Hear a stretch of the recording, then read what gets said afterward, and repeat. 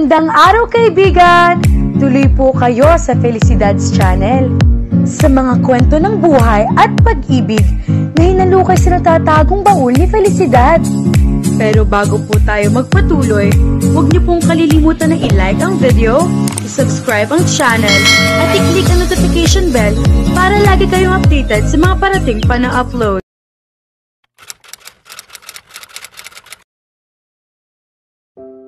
Namamawis ang kamay na dumukot sa cellphone na nagba-vibrate sa loob ng bag. Tinanggap ng may-ari ng kamay ang tawag. Bakit hanggang ngayon hindi pa kayo tumatawag? Inilipat niyo na ba si Cassie? Hindi pa, kasi. Anong hindi pa? Hindi ba't kanina ko pa sinabi na alam na nilang nasa Tarlac kayo? Lumipat kayo sa Dagupan. O kaya sa Rosario, sa La Union, gaya ng napag-usapan natin noong isang araw. Boss, wala na kaming ililipat. Nakatakas yung babae. Namilog ang mga mata ng may hawak ng cellphone. Ano nang ibig mong sabihin, nakatakas siya? Nababaliw ka na ba, galit na anas nito sa telepono? Nakatakas eh. Sa halip na hanapin ng mga tauhan ko, nagsitakas na rin sila dahil sa takot na mahuli sila ng mga pulis. Alerto ang mga tanod dito. Pinupuntahan nila ang mga bahay ng mga may-ari ng mga pick-up. Pick-up? Ano? Teka, hindi ko maintindihan. May manghula yata sa mga investigador dyan. Delikado ang lagay namin, maglalaylo lang kami. Bahala ka na muna sa buhay mo.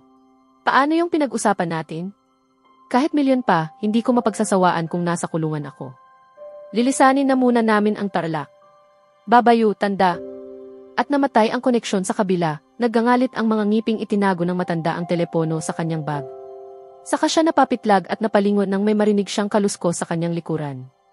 Nakatayo sa may pinto ng pinagtaguan niyang kwarto si Min, at nagdududa ang tingin itong nakatitig sa kanya. Sino nakausap niyo sa phone, Tita Erica? Unti-unti siyang nakadama ng pangangatal sa kanyang mga kalamnan na hindi niya nagawang makontrol. Binalikan niya ang mga sinabi niya at alam niyang kung narinig nito ang lahat ng mga iyon mula sa simula, bistado na siya. Wala. Isang kaibigan. Pero halatang hindi naniniwala ito sa kanyang sinabi. Ganon ho ba? Pinilit niyang maglakad patungo sa pinto. Yes, gusto niyang magkita kami sa isang coffee shop dahil may ipinagbibili siyang mga alahas. Ngayon na. Kailangan kayo ni Tita Olive, Tita Erica. Ah, yes nga pala. Tatawagan ko lang siya para magkansela. Inilabas niya ang kanyang cellphone mula sa bag sa nangangatal na kamay. Pero nabitiwan niya iyon at bumagsak sa sahig. Sabay silang natigilan ni Min. Nauna ito sa pagyuko para kunin ang cellphone. Salamat. Umakto siyang kukunin iyon. Pero sa halip na ibigay nito iyon sa kanya, itinago nito iyon sa likod nito. Tingin ko, kailangang makita ng mga pulis ang cellphone mo, tita. Bigla siyang nawala ng kontrol sa kanyang sarili. Umangat ang kanyang mga kamay at sumampal, humampas at kumalmot sa babae. Naririnig niya ang mga sigaw at hindi niya alam na nanggagaling ang mga iyon sa sariling bibig niya. At nagulat na lamang siya nang makadama siya ng mga kamay na pumipigil sa kanya, humihila sa kanya palayo kay Min. Shock siyang napatitig sa may dugong mukha at gulong buhok nito pagkatapos. Yakap na ito ng ama nito habang katabi nito ang kanyang bilas sa kabila nito na shock na nakatingin sa kanya. Kip-kip ni Min ng isang kamay sa dibdib nito ang kanyang cellphone, habang ang isang kamay nito ay nakaturo sa kanya ang hintuturo. Siya ang nagpakidnap kay Cassie, nag-aakusang sabi nito. Narinig kong kausap niya ang kidnapper sa phone. Heto ang phone, Daddy. Ibinigay nito ang cellphone sa ama nito. Huwag humahagulhol na sigaw niya.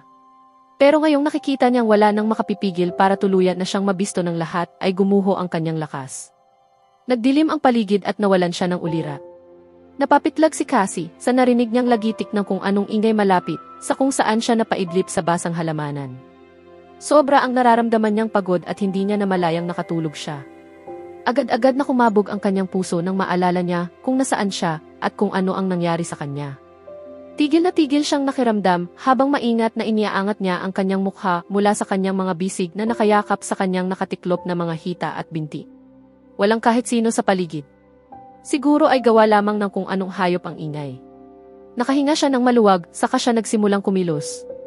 Dahan-dahang iginalaw niya ang namimitig na mga binti at inikot-ikot ang kanyang mga sakong. Ang sakit-sakit. Magiging ironic kung nakaligtas siya sa mga kidnapper niya, pero namatay lang dahil sa matinding pananakit ng mga paa. Kaya pa kaya niyang maglakad ng malayo? Ni hindi niya alam kung saan siya pupunta. Ano ang gagawin niya? Napairit siya nang bigla na lamang may sumabunot at humila sa kanyang buhok para mapatayo siya. Nasapo niya ang kanyang ulo at ang nag-aapoy na anit. Tumili siya. Tahimik. Ginawang epektibo ng nag-utos ang utos nito sa pamamagitan ng pagsuntok sa kanyang sikmura. Sa ikatlong pagkakataon mula kagabi, naramdaman niya ang pag-ikot ng kanyang paligid. At muli, pinanawan na naman siya ng ulira. Natonto na nila ang pick-up, balita kay Rourke ni Hawk nang magkita sila sa kanilang unang puok ng tagpuan. Nakadungaw ito sa bintana ng sinasakyan nila ni Gaby. Sa likod ng isang bahay sa barangay San Nicolas. Hindi pa nila nilalapitan ang bahay. Pero nakaset up na ang kanilang surveillance. Ipapadala ni Bug sa atin ang eksaktong lokasyon, anito. Bumalik ito sa sasakyan nito. Napasulyap siya kay Gaby na bahagyang nakanganga habang sinusundan nito ng tingin ang paalis na lalaki. Kilala ko ang lalaking iyon. Hindi ba't yun si? Tawagan mo si Min. Sabihin mo sa kanyang malapit na tayo kay Cassie, sabi niya rito habang inihagis niya rito ang cellphone. Inactivate niya ang signal sa kanyang wristwatch na nagsisilbi ring parang pager para sa pagtanggap ng mga coded messages mula sa Eagle Black Bureau. Sa kamuling binuhay niya ang sasakyan. Mababawi na ba natin si Cassie? Anyong umaasang tanong nito habang mabilis na pinipindot ang mga numero sa keypad ng kanyang cellphone. Itinapat nito sa tainga nito ang gadget. Nagbuntong hininga siya habang pinaandar niya ang sasakyan pasunod sa kotseng nasa kanilang unahan. Magagawa natin ito sa loob ng ilang minuto, sagot niya, nararamdaman ang pabilis na pagtibok sa kanyang dibdib hanggang sa puntong bawat pintig ay nagdudulot na ng sakit. Makukuha na natin siya sa loob ng ilang minuto. Hello, Min. Narinig niyang excited na sabi ni Gaby sa phone nang sumagot na ang kanyang kapatid sa kabilang linya. Malapit na kami kay Cassie. Nakita na nila yung bahay kung saan siya itinatago. Hintay, ilalagay ko ang phone sa speaker mode. Sa kanya pinindot ang speaker mode upang pareho nilang marinig ang isasagot ng kanyang kapatid. Napakunot ang kanyang noo nang marinig niya ang tinig ng kanyang kapatid. May pag-aalinlangan at hindi sigurado ang boses nito. Ganon ba? Well, may balita rin ako sa inyo. Naunahan niyo nga lang ako sa pagtawag. Ano iyon? Maaari kasing wala na si Cassie sa bahay na yon. Ano nang ibig mong sabihin? Halos sabay nilang tanong ni Gaby. Nakatanggap kami ng balita mula sa isang tao na nakataka si Cassie. Kaya lang, hindi pa rin siya kumukontak at pati ang mga kidnappers, wala pa ring tumatawag. Mula sa isang tao. Sinong tao kung hindi pa tumatawag ang mga kidnappers? Tanong niya. Oo nga, segunda ni Gaby. Hindi. Hindi ko kilala. Narinig ko rin lang ang balita kay Daddy. Kilala niya ang kanyang kapatid. May itinatago siya sa kanila. Min, natuklasan na ba ni Daddy kung sino ang mastermind? He did, manghang tanong ni Gaby. Pagkatapos ay kumunot ang noo nito. Sino? Walang sagot sa kabilang linya. Pagkatapos naming mabawi ang pinsan ko, lagot sa akin ang gagong yon. Lintik lang ang walang ganti. Naroon na ang pagkakataon pero pinalagpas ito ni Min. Hindi ito ng Alaska kay Gaby. At unti-unti siyang nagkaroon ng hinala tungkol sa tunay na nangyayari sa kinaroroonan ng kapatid. Ano pa na natuklasan niyo mula sa mastermind? Tanong niya sa kapatid. Siya.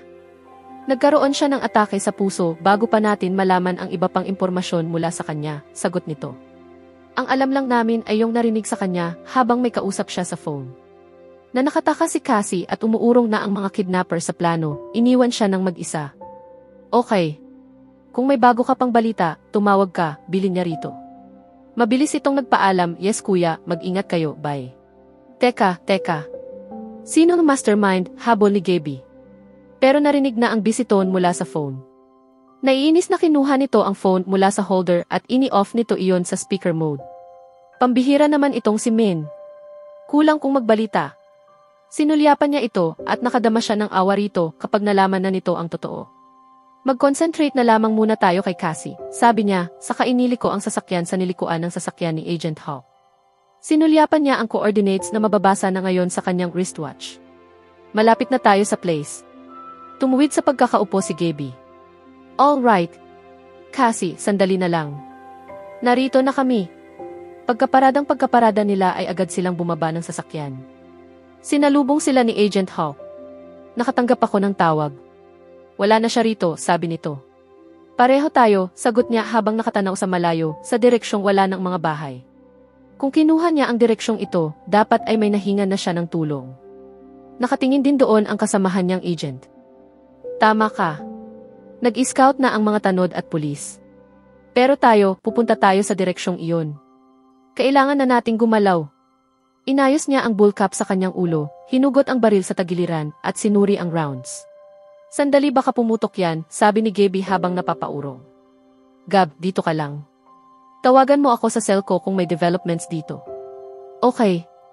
Nakatingin ito sa hawak niyang baril. Okay. Kailangan ko pa ba ng ganyan? May stun ray sa car. Gamitin mo. Marunong ako gumamit ng baril. Pinaturuan kami noon ni Tito Virgil, kaming dalawa ni Cassie, defensive na sabi nito. Kung hindi mo gustong makapatay, sabi niya rito, gamitin mo ang stun ray. Bahagyang namutla ito. Okay, ayon ito sa naipit na tinig. Mas gugustuhin ko pang makulong sila sa bilangguan habang buhay kaysa dungisan ang aking mga kamay. Inipit niya ang ngiting gustong umalpas sa kanyang bibig. Minsan, naunawaan niya kung bakit naging magkasintahan ito at ang kanyang kapatid. Pumihit na siya at sumunod sa papalayong si Agent Hawk. Ingat kayo. At si Cassie. Iingatan ko siya, seryoso at mariing sabi niya na hindi lumilingon. Hindi pa sila nakalalayo ng 100 metro ni Hawk nang makatanggap siya ng tawag mula kay Gaby. Rourke, hindi ko alam kung makatutulong. Pero alam na ng pulis kung sino ng may-ari nitong bahay. Isang Herman Aquino daw. At may lupa daw iyon dyan sa dulo na pinasasakaan, may bahay rin dyan sa may paanan ng mga bundok. Kaya dyan na ngayon patungo ang mga pulis dahil kung dyan nga tumakbo si Cassie, baka yung isa pang bahay na iyon ng kidnapper ang mahingan niya ng tulong. Agad siyang nagdesisyon. Sakyan mo ang car at sundan mo kami, utos niya rito.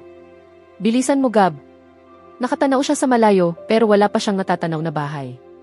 Kapag nagkataon, matatagalan bago nila marating ang bahay na iyon sa paglalakad. Sinenyasan niya si Hawk at sinabi rito ang bagong developments. At nang dumating ang kanyang sasakyan niya na minamaneho ni Gaby ay mabilis na tinunton nila ang mabatong daan sa kung saan mang direksyon sila dadalhin niyon. Mga ka-Felicidad, mas titindi ang tensyon habang tinutunton ni Rourke at Gaby ang liblib na bahay sa paanan ng bundok, umaasang matatagpuan nila si Cassie bago mahuli siyang muli ng mga kidnappers. Samantala, isang hindi inaasahang pagtatagpo ang maglalantad ng mas malalim pang lihim sa likod ng pagdukot na maaaring magbago ng lahat ng kanilang nalalaman. Abangan natin ang susunod na kabanata.